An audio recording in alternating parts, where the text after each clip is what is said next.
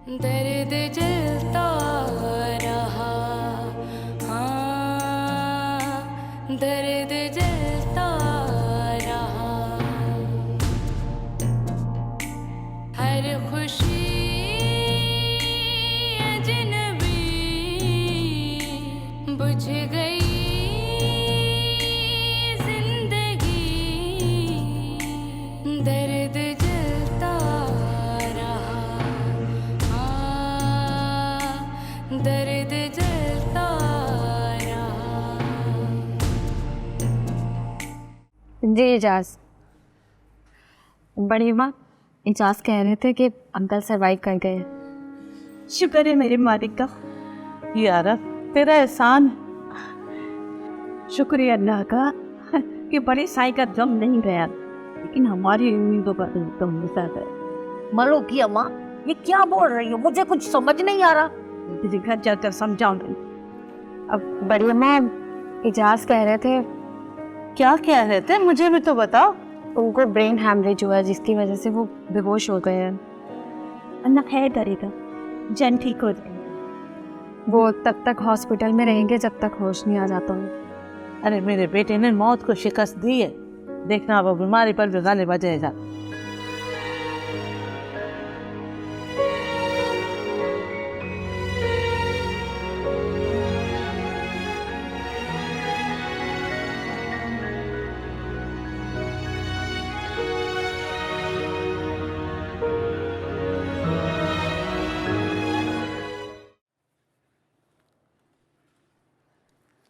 बाबा लोग कह रहे थे कि बड़े सरकार के दिमाग की रग टूट गई है।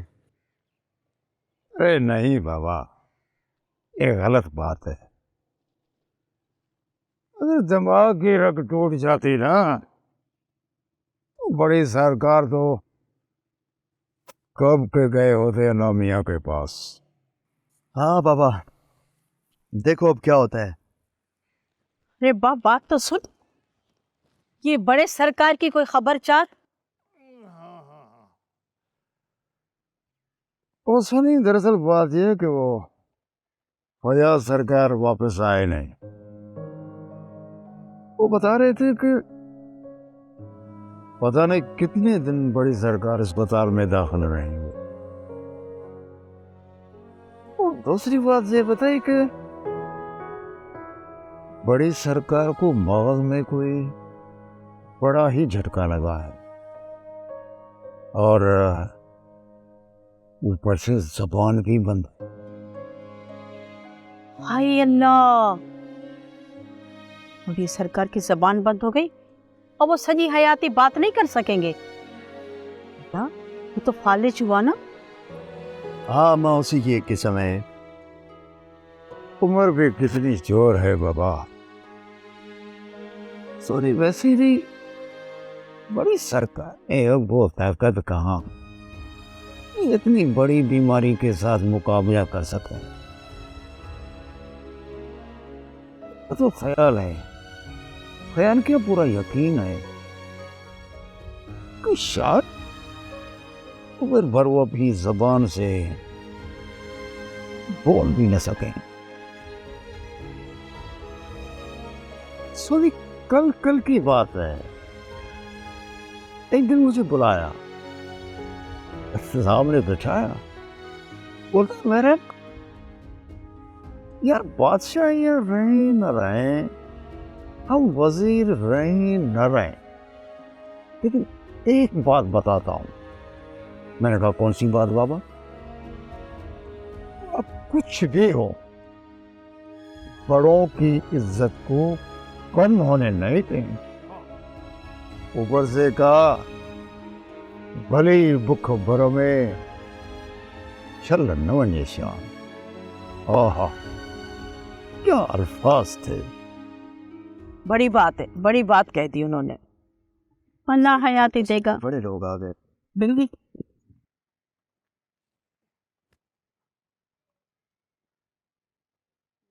वैसे चाचा मेहराब, हमारे बड़े सरकार अपने आन शान के साथ वापस हवेली में आ जाएं।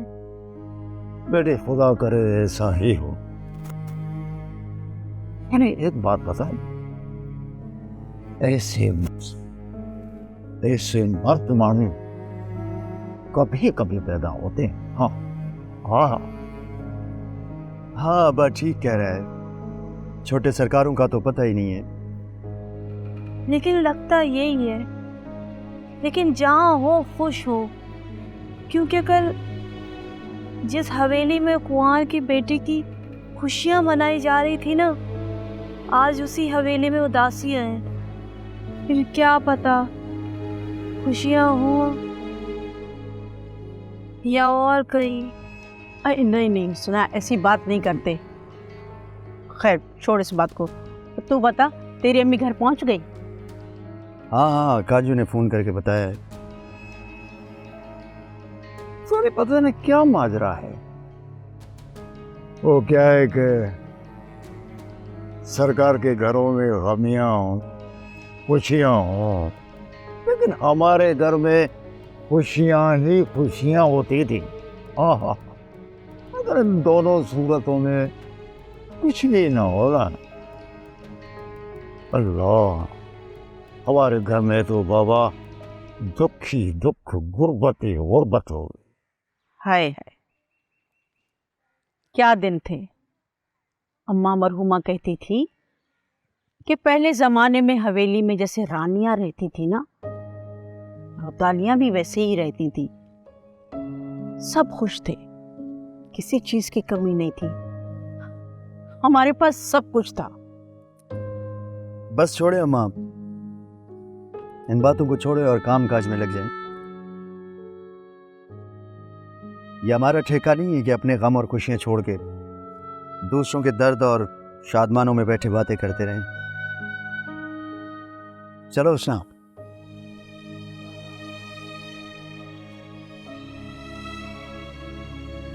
बड़े साईं की तो फिक्र है ना, बड़ी बात है। उनकी जबान भी बंद हो गई है। अब क्या बेचारा बोलेगा, क्या चलेगा, क्या घूमेगा। बस अल्लाह अल्लाह बड़ा है, शफा देगा।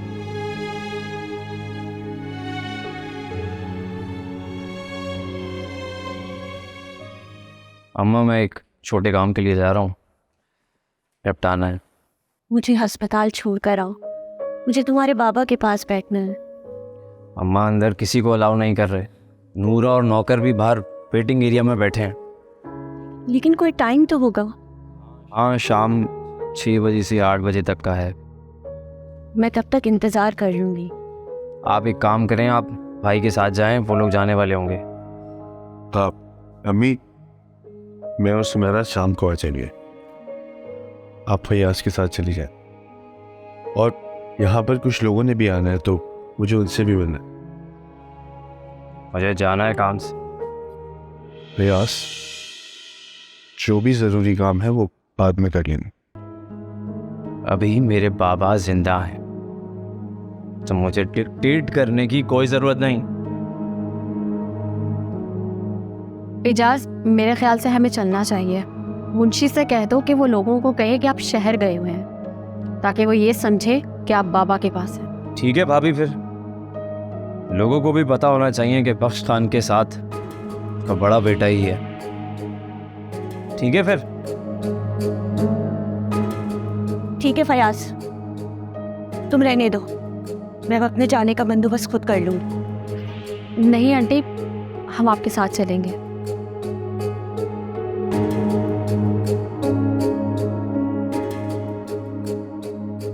हमी, आप हमारे साथ चलिएगा।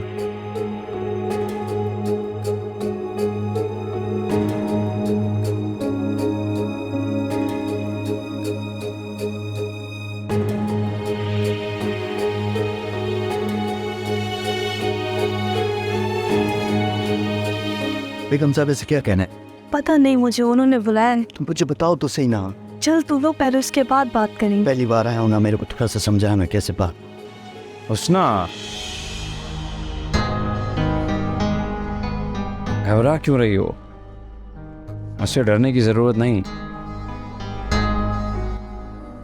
नहीं सरकार, डर तो नहीं रही, फिर हैरान हूँ बस। हैरान? इसमें हैरानी की क्या बात है? आप ठहरे शानो शौकत वाले लोग और हम ठहरे गरीब लोग। हमारी क्या औकात के हम आपके सामने खड़े हों। लेकिन हम तो अपनी मर्जी से तुम्हारे पास आए हैं, अपनी ख्वाहिश से।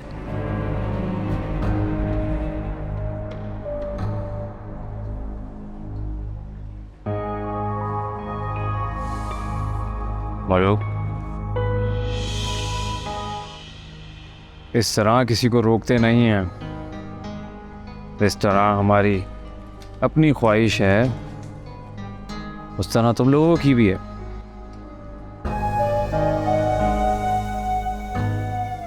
हाँ तो हुस्ना रुदाली, अगर कोई ख्वाहिश है तुम्हारी तो बता दो इसी वक्त। कोई भी फरमाइश हो। मैं फयाज खान, बख्श खान का बेटा, क्या कुछ नहीं कर सकता? बस अपनी ज़बान से बोलो। आप बख्श खान के बेटे, अगर हमें इस हवेली के अंदर जाने दें, बड़ी बेगम साहिबा हमारा इंतज़ार कर रही होंगी। आपकी शान में गुस्ताखी तो नहीं होगी ना? मलूक, तेरी औरत बड़ी सियानी है, ना जाने दूं तो हमारी शान में गुस्ताखी हो जाएगी। सही समझा ना मैंने? यही कह रही थी ना तुम? ना सरकार, हम कमी लोग हैं, ऐसा सोच भी नहीं सकते हैं। सरकार, आप हमें शर्मिंदा कर रहे हैं। हमने तो कुछ नहीं कहा, आप ही अपने मुंह से कह रहे हैं। बड़ी बेगम साहिबा हमारा इंतज़ार कर रही होंगी। हम चलते हैं। चलो मलू।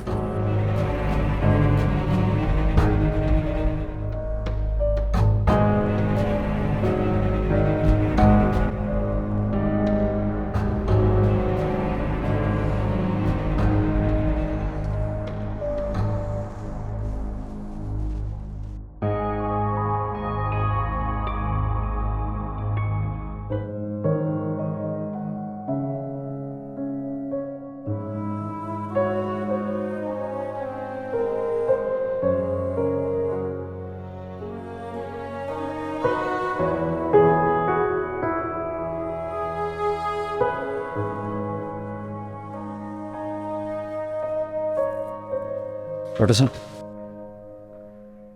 मेरे ख्याल में रिकवर तो काफ़ी हो चुके हैं। एक दो मरतबा चंद सेकंड के लिए आंखें भी खोल गई। डॉक्टर साहब, आप हमें सही सूरत हाल बताएं। डॉक्टर साहब, कोई परेशानी की बात तो नहीं है ना? बड़े सरकार की बोलने की सलाहियत ख़त्म हो चुकी है। जी, और दूसरी बात कि वो बिस्तर से नीचे नहीं उतर सकेंगे। हाँ, इतना है कि अपने जिस्म को हिला सकेंगे। उनके राइट साइड में कुछ सर्वाइकल इशूज़ हैं और उन्हें फालिज भी हुआ है।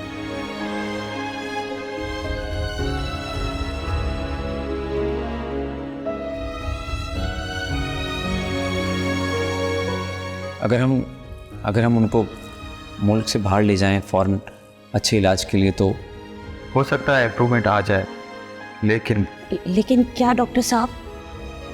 मेरे ख्याल में 4-5 महीने का तवील सफ़र इनके लिए मुमकिन नहीं है। कवार, तुम क्या कहती हो? जैसे आपको ठीक लगे, मैं क्या कह सकती। तो क्या तब तक हॉस्पिटल में रहेंगे हमारे सरकार? नहीं सर, आप अपने घर में एक आईसीयू बना सकते हैं। हम रिव्यू कर लेंगे। ठीक है, हम आपस में मशवरा करके आपको बताते हैं। इट्स ओके, हम चलते हैं।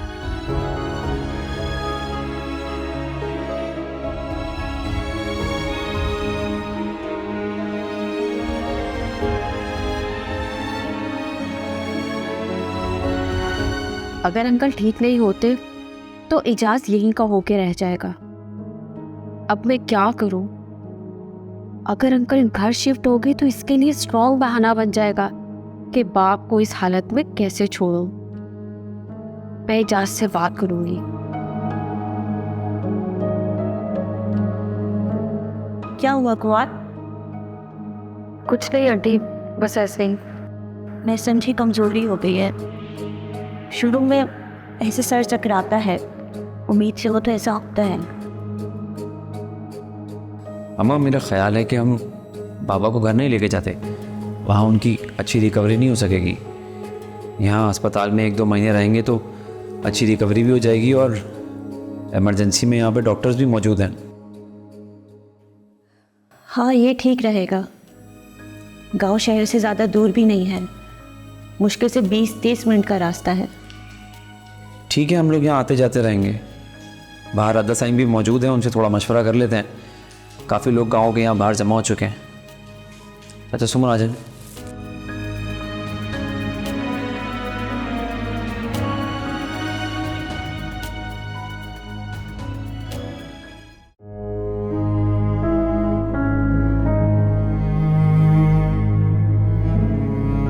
मैं ये सब कुछ तुम्हारे लिए तो कर रहा हूँ, हमारे लिए कर रहा हूँ, हमारे होने वाले बच्चे के लिए कर रहा हूँ यार।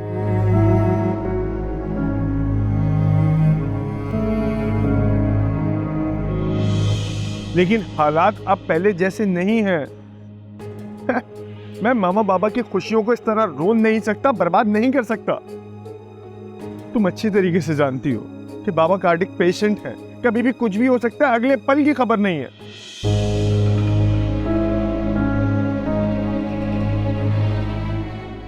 सुमारा,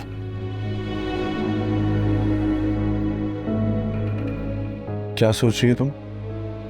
मैं सोच रही हूँ तुम्हारा सवाल ये होगा कि बाहर खिड़की में अंधेरे में क्या देख रही हो। देख रही हो बाहर, तो सोच भी तो रही होगी ना कुछ। पता नहीं मैं क्या सोच रही हूँ।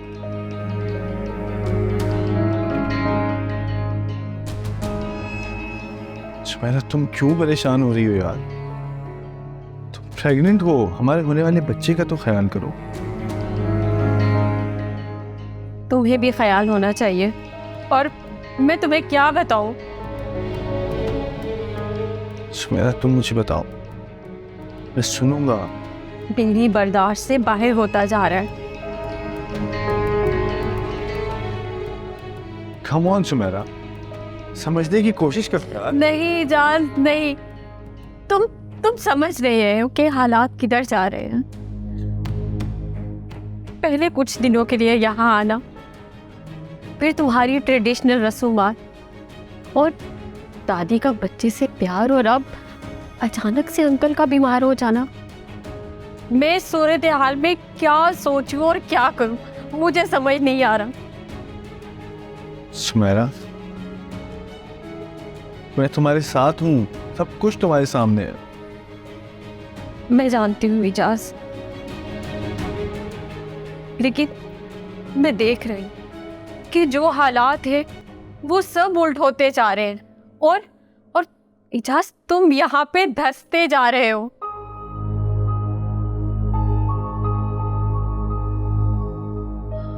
सुमैरा, तुम दिन गिन गिन के काटना छोड़ दो ना, तो ये वक्त यूं गुजर जाएगा। पहले रास्ते बंद हो रहे थे और अब लग रहा है दरवाजे बंद हो जाएंगे। मैं भी शमा बेगम की तरह सुमैरा बेगम कहलाई जाऊंगी यहाँ। It's a part of prestige. But I never want this prestige. मैं वो जिंदगी चाहती हूँ जिसके हमने ख्वाब बुने थे।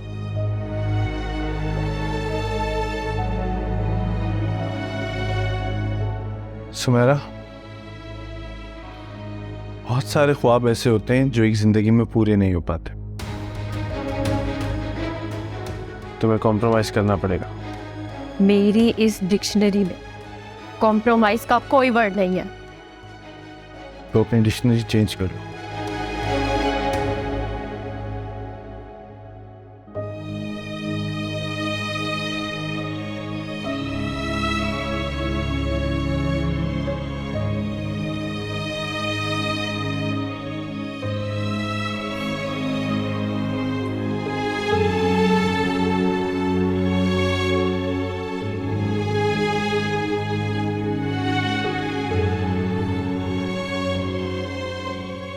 नूरा, पता नहीं खुशियाँ रास क्यों नहीं आती। आज बड़े दिनों बाद मेरे दोनों बेटे मेरी आंखों के सामने आए थे। कुंवार भी घर आ गई, वो उम्मीद से भी है। और अब अचानक बड़ी सरकार को न जाने क्या हो गया है। घर में उदासी सी है, घर सूना सूना सा और खाली खाली सा लग रहा है। बड़ी साहिबा, घर में बच्चा आ जाएगा ना तो रौनकें बढ़ जाएंगी।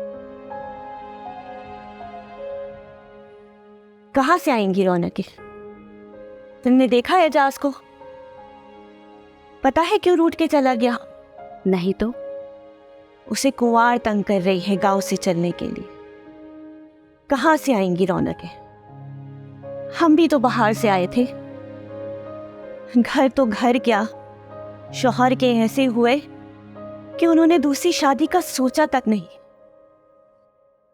आप बड़े दिल गुर्दे वाली हैं जो उनके रास पे अपनी आंखें बंद कर ली हैं।